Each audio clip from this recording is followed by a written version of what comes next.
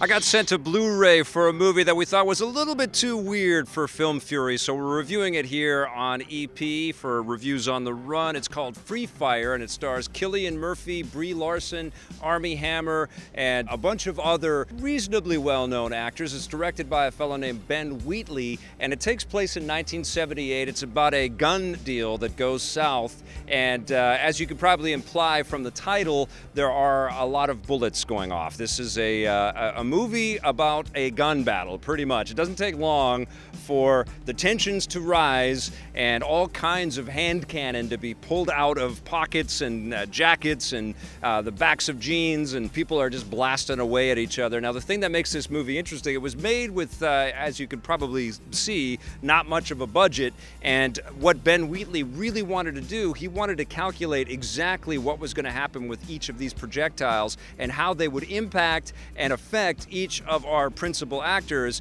All of them get shot. And so what we're dealing with here is watching a movie, and it almost feels like everything goes down in real time, where we've got actors, grimacing or screaming in pain, writhing, and just trying to contend with the physical limitations of being shot in different various body parts, and still have enough energy to raise their guns and keep shooting and stay in the firefight, and try to get themselves to safety, usually just by crawling along the ground. Every once in a while, somebody will stand up and grab like a broom pole and use it as a crutch and try to, hunker and get to some safety. But there is no safety in this dilapidated old warehouse where basically the entire movie goes down.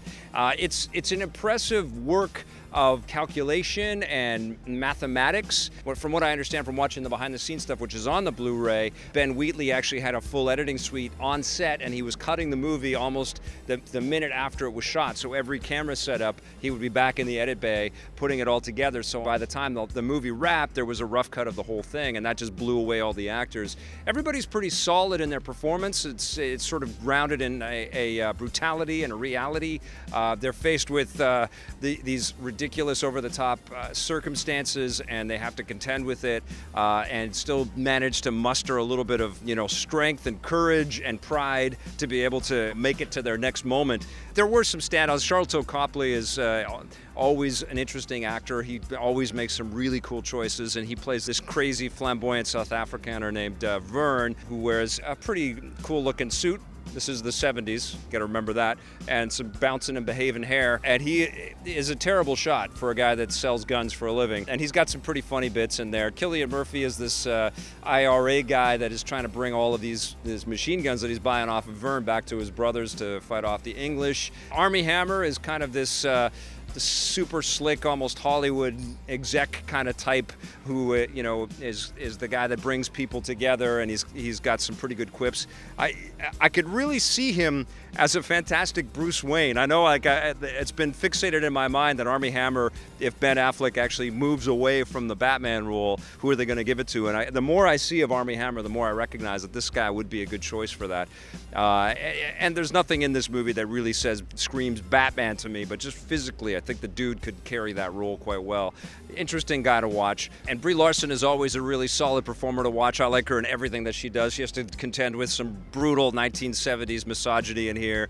There are drug addicts in here that get their comeuppance. If you are not squeamish and you're into watching people get shot for an hour and a half, that's basically what Free Fire is.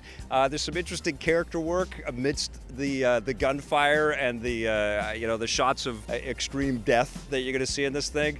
I can't say that I loved it or I had a super entertaining time with Free Fire, but I can certainly recognize the challenge that everybody was faced with, and their I think kind of graceful ability to rise above that challenge to make a pretty fun film. I'm going to give Free Fire a 6 out of 10.